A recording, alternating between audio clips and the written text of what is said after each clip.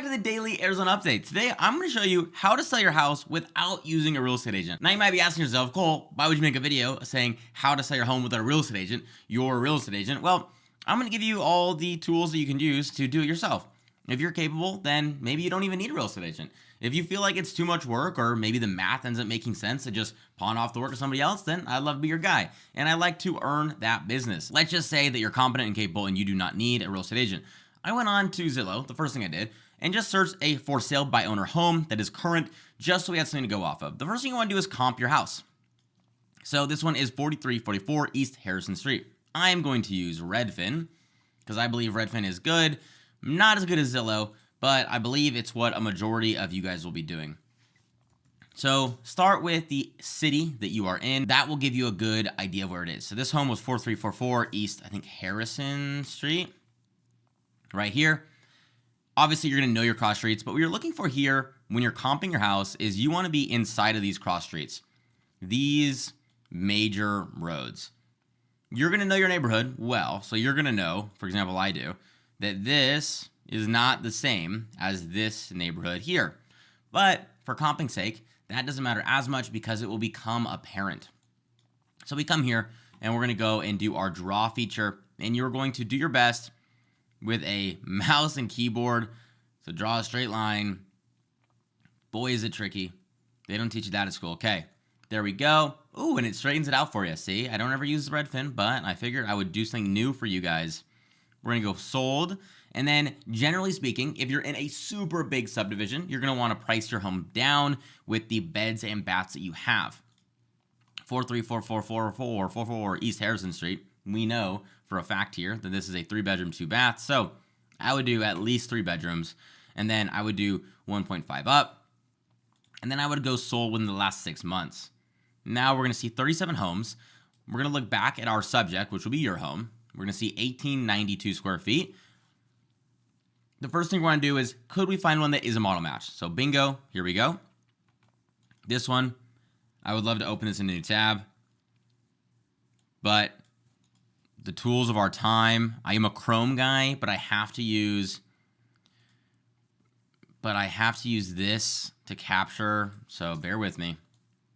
Okay, we got one model match. Let's go another 1892. We're looking for 1892 square feet. We would ideally like 1 or 2. If it's just the one, that's okay. I'm still not seeing any. Okay, so we have an exact model match here that sold on April 15th. Now, we want to look at the photos, and we want to see, how does this compare to our subject property? We see this front entry tile, super outdated. This flooring, not as desirable. This cubby cutout situation, this is like peak 2010. Maybe blinds are up here. Hard to say. Could just be window coverings. This is an outdated home. This tile's outdated. Gold shower. The teal. I love the custom paint job. I mean, throw some Tiffany's on there. It's obviously going to be great. It does have a pool. And, okay, let's go next. So, now we're going to compare to this one. It is a model match. Let's double check garages. So, okay, so Harrison has 1 extra garage. So that's going to be a differentiator between it. We're scrolling down. We're looking for interior photos. Very outdated as well. Similar cubby cutout. Just as outdated. Gold shower. The other one has some hardwood, but this one does too. And then they both have a pool, right? Typically for pools, we're looking at 10, 15, 20, 25,000 depending. In this price point, around the 500s, that would make sense. This one does have a pool. It's a bit nicer, but this one has a bigger garage. You know what? Generally speaking, I would say that this is priced fairly well. This backyard is nicer, but this one has an extra garage. It's just really going to be up to what a buyer would pay at this point. So I would say this FSBO did not price it terribly. This one does have a bit nicer bathrooms, so you could say that it's worth a little bit more, a little bit nicer backyard. It's a little more put together. So that's okay. So then the next thing you want to do is go, okay, I saw this one, 565. I have some things better like the garage, but it's got a little better than me in the backyard and the bathroom. So we just call it, this is a 550 to a 565 home. Now, that's what you're going to note down. You were looking at the square mileage. sorry, you're comping with your square mile, you're looking at square footage, and then unique features. And then you want to understand the market conditions. So this is going to be harder for you to do if you're looking on the outside in because you don't have the full tool. But the Cronford report, this screen that we're looking at right here is actually free for the public. So you are always able to go to cronfordreport.com and just see where the market is currently. You're not going to be able to see city by city. You're not going to get too specific, but you can see where the market is sitting. So you can see 81.5. I have not updated this since December 16th. So it has not been that big of a difference since the rate change, which is interesting. If you are able to get access to somebody that does have the market, you can get more specifics. So you can see Gilbert here, 110 on the scale. 100 is even. Anything above 100 is a seller's market. Anything below is a buyer's market. So right now, Gilbert is doing better. It had a 15% improvement over the last month. Then you want to understand, what is the concession scene looking like today? Concessions are not the same as commissions. Commissions are what you pay real estate agents, which if you're watching this video, you should know that word because your whole point is you don't want to pay them. Concessions are what you pay a buyer to help come out of pocket for some of their closing costs or maybe to buy their rate down.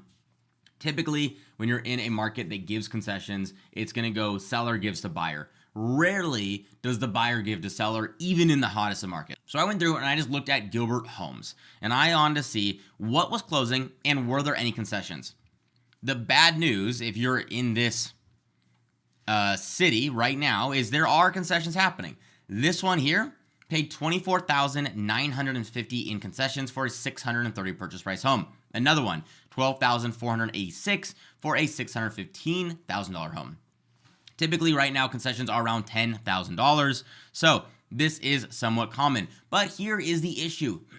If you are in Zillow or you are in Redfin, it does not matter. But the concessions will not be shown. This home on Del Rio, which was this 615 that ended up happening right here, does not show that there were any concessions.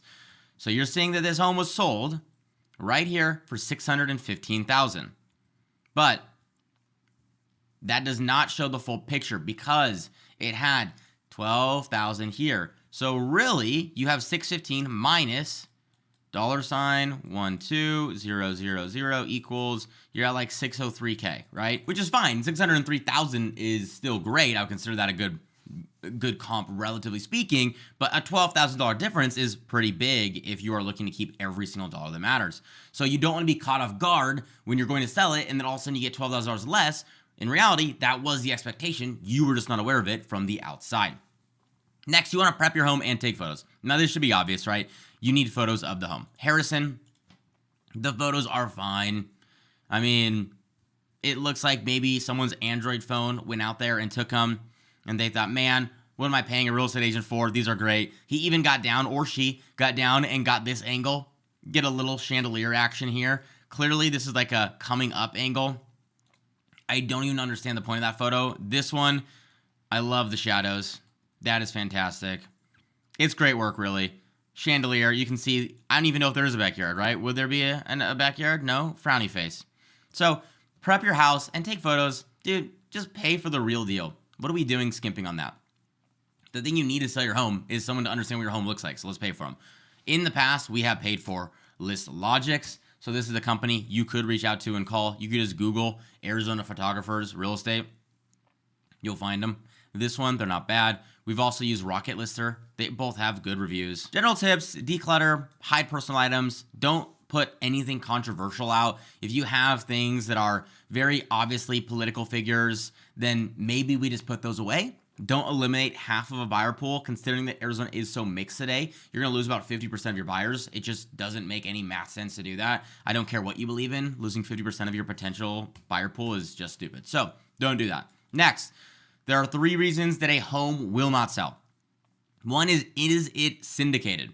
Syndicated means, can I go to look up this address and I see it on all the major platforms? I showed you today that I am using Redfin, for example. So if I look up 4344 East Harrison Street, Redfin. Let's see. Here's the home, and it says it is off market. And then we go to a website, SEMrush, which is known for SEO and general stats. It shows that there are 68.37 million viewers. I don't know if this is a month or every year. Total visits last 3 months is what we're looking at. It says 67 million. So 68 million rather. If there are 68 million viewers on a website and your home is not listed for sale there, how do you expect it to sell? To me, I have no idea. So is it syndicated? Is it on all the major platforms? We're even talking like homes.com. You might even have other ones that you go to like realtor.com, all those things. If it's not on there, East Harrison Street, realtor.com. It's obviously extra 4. Will not change anything because it is still off market. So that doesn't make any sense. Next, is it accessible? And what we're looking for here is it literally accessible? Like in the simplest of terms, is there a road, like the old cereal box, follow the maze, that would lead to a main road? Yes, it's accessible. You really should not have to worry about that unless you're going out into areas like here. Maybe you have a home that's right here, or one in here, wherever, somewhere out in the boonies more. But if you have a home that's in a subdivision, you're going to be good there. The other thing is it accessible through access? So if I go street view of this property, I see there's a front door. Great. Obviously, good to go there. But how can someone get in? So make sure you have a mechanical lockbox or something that allows someone to open a door. Maybe it's a key code, whatever you want it to be. But you need to have some sort of a level of access into the home. Then, is it priced correctly? I believe that this price is correct. So the reason that this one will not sell, like you see, 27 days, is maybe they're difficult. I can't speak for them as a human being, but because they are not syndicated on all the platforms, they are missing thousands of views every single month. This one's at 2,200, but how many could it have been at Redfin? Maybe it's another 2,200. So you're missing 50% of your buy pool just because it is not syndicated. Now, the next thing you want to do, what to include in the description. You're going to see that it says right here, this is their description. Okay? Controversial opinion. None of this matters. No one cares if you have a spacious, open concept living area with abundant natural light. First of all, what does that mean? Like abundant natural light living area. I go through this and I saw this room right here. This felt kind of dark. That did not feel abundant. This feels incredibly dark over here. So I don't really know if I would be the salesman to say this is abundant natural light in a spacious open living room. I would say this is a pretty standard subdivision with a pretty standard floor plan. So this, none of it matters. What does matter is down here. All of these details, the facts and the figures, because when you go to Flex MLS, like your real estate agent, and you're popping in your items, this is what we search by as real estate agents, which, by the way, just to prove my point, syndicated, this house is not for sale on MLS. And you might say, Cole, you typed it wrong, because I've been known to not be able to spell things. Still, same thing, right? Copy and pasted. But these, let's say I wanted a 3-bedroom, 2-bathroom home. If it's not selected here and it's incorrect here, then this will never be found, even if it was syndicated on all the major platforms. So you're looking at things like lot square footage, construction style, HOA, $43 a month. There's some taxes. There could be more information here. It'd be more helpful if you had more information. If you were going down this list, you can see how many different fields we have. I mean, there are so many fields that help with searchability. So by not having that, that does not help. I would try to make sure that it is as good as you can possibly be. I don't know if this is, because I would never list a home on just Zillow, so I couldn't tell you that. But if you are to do this, you can. And then I have a thing here, ChatGPT, good or bad. I just told you the public description does not matter. So put whatever you want there. It doesn't matter. Stats on the home are what's going to sell the home. So now let's just say that you do all the right things and you're going to go under contract. This is kind of what I'm going to look for. Showings. How will people show the property? If you're at this Harrison address, it looks vacant. So as long as there's some sort of lockbox or some sort of access point, you seem fine. But let's say it was not vacant. Let's say it looked like this home, fully furnished. When are you going to allow showings? Are you going to be there? When can you give them a heads up? Like, does it need to be 6 hours in advance? Because now that's difficult. People have busy schedules and they pop up things, honestly, more last minute than I'd like to say. How many showings should you be getting on your property? Will you be viewing the property with serious buyers or just people like you that are over there shopping on Zillow and they're being difficult? If I'm a real estate agent and my clients saw your home on Harrison and they said that they want to view it, would me as a real estate agent go, these people are going to be easy to work with? Or is it going to be a lot more people that are going to be nickel and diming in the industry that are going to be wanting to be harder to work with? Most agents will not show a for sale by owner property. And it's not necessarily intentional that they do not want to work with you, even though you are likely difficult. And I love you about that. It's not shown on MLS.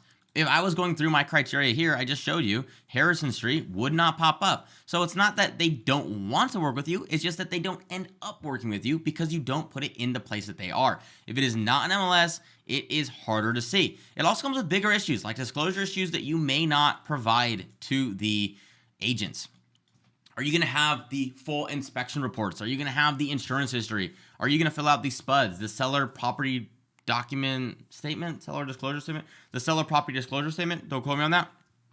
But it's basically the document that shows you, what do you know about the property? Is there roof damage? Is there ACs? What is actually going wrong with it? So there is issues here that because you're not a real estate agent and you're not being held to any sort of standard, you could just be lying about all these things. We have no way to know, and that's why some of these things exist. So going under contract, what to avoid? Let's say that you are under contract. If you were to work with a real estate agent, this is what the contract looks like. It is long. It is 11 pages of documents. All of this. There is so much protection verbiage and so much to this. Do you expect as a regular seller to be able to understand this? Likely not. So you're probably going to get a one-page document that just someone says, hey, want to buy your home? Here are the terms. Are you protected by that? Probably not. Do you care? I don't know the answer to it. There's been good and bad stories for both ways, right? Earnest money, this is what you want to look for.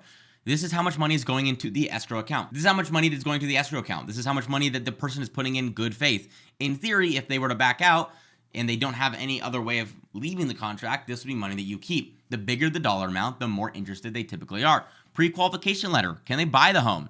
How much down payment do they have? When do they want to close? What are they asking for? Even things like washer, dryer. Do they want things attached to the wall? I don't know. Do they have seller concessions? Which means, remember, the thing that you were giving the buyer to help cover some of their costs. Warranty, HOA. What is the commission? If a real estate agent's coming to you, are you paying for one?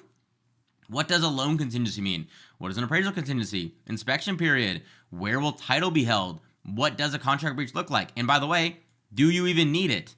The answer is yes. And it's probably going to be around 1% to do. What happens if contract is breached and when? And then any additional terms that might pop up. If we were to look at our contract here, it is outlined. These are the lines that would say, this is the full purchase price. This is the close of escrow. And then you even go down to where's title and escrow. So a lot of these things are thought through. Obviously, it's been through years of different iterations, so now it's in a pretty good spot. The thing you want to know is if someone were to submit a contract on your property, do you know what your rights are in the property and theirs and who is truly protected in full scenarios? And a lot of times, if you work with someone who does not know what they're doing, you have all these things that are contingencies, which mean that you can just back out of the property with no repercussion, which if you're a seller, that's kind of crappy, if I'm being honest with you. Now, let's get into the part that you care about the most, which is how much do you actually save by not using a real estate agent? There's a study here from the National Association of Realtors that says you are going to be getting significantly less than if you were to sell on the market. You are getting $380,000, $345,000, $412,000 versus $435,000 and $440,000. So you are losing, call it 20+% because you went for sale by owner. And you might be saying to yourself a couple things. The first is, I'm going for sale by owner because I don't want to pay a commission. Okay, so you're saving, let's call it 2.5% to 5% to 6% just because you don't want to pay an agent. But then you end up losing 20%. So you're losing out on 14% because you wanted to do more work to make less money. Makes no sense. But you might be saying to yourself again, as part two, Cole, this is a study from the National Association of Realtors. That's like going to a car dealership, asking what my car is worth. They're obviously going to feed me info that helps them. They're going to say, oh, this is banged up here. Your tires are obviously going to need rotated. That's going to be like $4,000. You need blinker fluid. That's going to be hard to find. Where do you even go to get blinker fluid in this economy? It's going to be impossible. So I thought, let's do it live from New York City. It's Saturday night, YouTube. We're going into forsalebyowner.com, which is so ironic because if you are wanting to sell a home, you're probably going to go to the website that's called forsalebyowner.com. If you're not using something like Zillow, which funny enough, forsalebyowner.com is owned by Rocket Companies, which yes, is a real estate mortgage company. Tell me, sometimes the stories, they make it up themselves. So The first thing that I want to get into is this listing here that I went through, and all I did was look through for sale by owner homes that have closed in Gilbert, Arizona, and I found a couple. This one on Thiago, which I saw the photos and I thought, man, this is actually a good looking home. I mean, the backsplash is not bad looking. The photos are not great quality, but you can see like this is a pretty well designed home. So I thought that one's really cool. And then this one on Tulsa, this one 424. I mean, more standard looking home. The photos, again, they kind of suck, no surprise, but it's not a bad looking spot and it can be a little bit more of that starter home. So I thought these are two really good choices. First one, Thiago, okay? This one, let's see here. Sold, price last listed at $549,000. And then goes to the grades. You can see showings, property details. Overall, I mean, it's not a bad website as far as it goes to inputting information because they already have a lot of these little clickable things. It's helpful. It's not bad, right? But $549. So I went, okay, what if I comp this house? And I wanted to find one that was for sale or active currently that is the exact same home. So remember how we did the whole comping model map thing? This is a 6-bedroom, well, I'm a little zoomed in for you guys. 6-bedroom, 3-bath, and then we have 3,700 square feet. So I go to MLS because I'm a real estate agent, and I thought, why would I not go to MLS? And I got these comps. So these are the ones right here. We got 2,900 square feet, 2,900 square feet, 3,300 square feet. So I couldn't find 37, but I found ones that were smaller. But this is the crazy part. Look at the prices. $710,000 to $720,000. You might be saying to yourself, these things must be real terrible looking or something, or really great, or you might just be trying to be, you're at a loss for words right now. You don't even know what to do. It's not a bad looking home. I would say it's just as remodeled, maybe a little bit better than the one that was for sale by owner. It just depends on styling, what you like. No pool. This one on Laguna, it looks like a pretty similar model, only because I know that model well. I used to live in it. If we go into the kitchen, remember this fireplace right here? If we go into Thiago, we got that fireplace right here. So I'm going, okay, pretty similar. The other thing that is, they might have just listed that one incorrectly, which now that we're doing it live, I'm actually curious if they did. Thiago, 375. Okay, so they did it right. But you see that fireplace. You can see the kitchen. Same sort of floor plan, which I don't know why they didn't put the kitchen photos sooner in here. Can we get to the kitchen? Okay, here we go. So remember this backsplash wall with the island? Thiago, backsplash with the island right here, right? Bigger island even, it looks like, on Thiago. So Thiago's a good looking house. Yet, these homes are selling for $720,000 to $830,000. So we go back and we go. The agent costs were anywhere from $20,000 to $40,000, and that's me using some percentages of commission. This would be 2.5% roughly, because you were thinking to yourself, I, myself as the seller, will represent the seller, and then I am going to pay a buyer's agent. I'm going to offer a commission to help sell the home. But that way, I'm saving 2.5%. This is if you're paying a full 5%. In this market, I don't think anybody should be paying 6%, the 3 and 3 for buy and sell. 5 is good. FSBO costs you, by going for sale by owner, it costs you $251,000. So this is my face. I don't know what you're doing if you're doing this. If you keep watching the video though, I would love your view time. Next home, we did the exact same thing. And now that you kind of understand what I'm looking at here, I'm gonna go a little bit quicker. This home, remember, not a bad looking home. Listed at $424,000 last. 3-bedroom, 2.5 bath, $23,56. And then I found an exact model match here. Ponderosa for $23,56, 3-bed, 2.5 bath. This is the one on Ponderosa. Nothing incredibly blown away by it. It's got some browns, right? It's got this older chandelier. This tile's outdated. It is what it is. But same house. It even looks like the railing. You could argue which one is more updated, honestly. But this one sold $424,000, $497,000.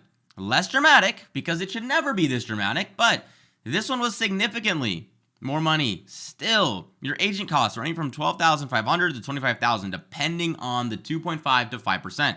But for sale by owner costs you $72,000. And you might be going, Cole, you're just not including all the math because you want to be a real estate agent that's going to lie to me. I thought, no, I don't want to be that.